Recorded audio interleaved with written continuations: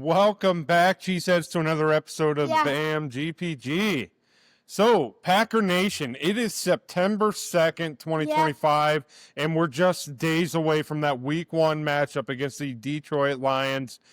Today, for you, we have injury updates, lineup confirmation, and, of course, lots of Green Bay Packer buzz. So, Bryson, let's dive right into it today. So, wanted to start by noting that during today's practice, center Elton Jenkins sat out as he is dealing with that nagging, from what I believe is a back injury, which could shake up the offensive line a little bit heading into that Week 1 matchup if he is not able to go. Sucks too. It is, yeah. So if Jenkins is unable to go Week 1 against the Lions, I would expect Sean Ryan or Jordan Morgan to fill in, but I could also see Zach Tom sliding over to center as well, and then possibly seeing a Jordan Morgan play tackle there.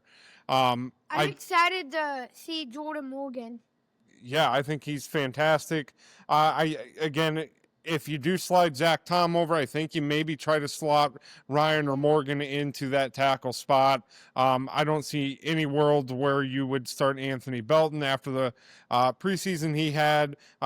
Still a lot of learning to do with him. Huge body, huge guy. I think he's going to be good down the line, but there's an awful lot of there's a big learning curve for him right now. So is he ready to start Week 1 against the Lions? Belton, probably not.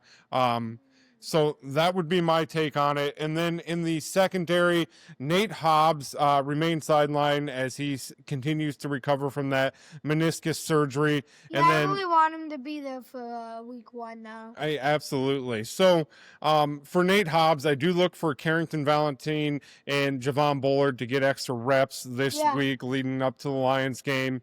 Again, depth will be key here against the Lions' speedy receivers in this Week 1 matchup for Green Bay. Yeah. So, Bryson, we've covered a lot of the Parsons buzz with his back, things like that. It seems like he's trending. He'll get some playing time against the Lions, right? Probably, as we mentioned yesterday, it'll probably be on a pitch count, but still, nonetheless, having him on that defensive front is only going to open up things for Rashawn Gary and Devontae Wyatt. And it'll be amazing. As well as the secondary. They're going to be able to take a lot more risk than which they normally would be if you're able to get and sustain that pressure on Jared Goff early. And then Bryson, a little depth chart information here. So Matthew Golden is officially a Week 1 starter. This was a no-brainer. You know, his rise during camp has been nothing short. Yeah, it's been nothing short but of impressive. I think his chemistry with Jordan Love's going to continue to grow, and that's going to be a big factor early on this season.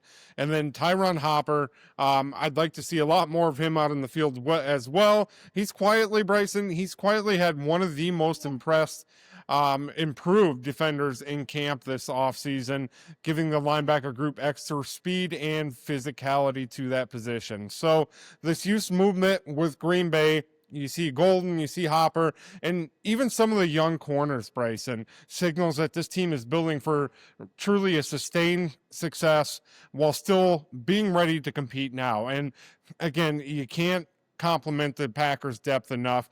We've worked through numerous injuries this offseason. So the questions heading into this Week 1 matchup, and we'll dive more into it later this week, is how will Green Bay's offensive line hold up against that Detroit front seven, especially... I think they'll do amazing. Yeah, I agree. Yeah, it could get interesting if Jenkins is not able to go at center, but we'll see. And then Parsons and Gary, will they be able to get and sustain pressure on Jared Goff early and throughout the game? So.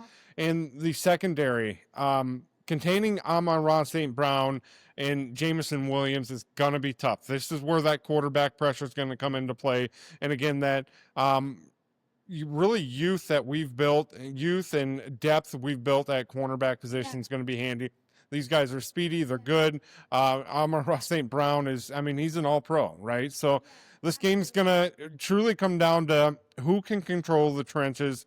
And if the line gives Love enough time and the defense is able to get home with their front four, I think Green Bay will win this game, but we'll dive more into this later in the week. So that is all we have for today's episode, everyone. We'll be back probably tomorrow with another one. So make sure you subscribe to YouTube, TikTok, and wherever you listen to podcasts, really. So drop your score predictions for Sunday in the comments.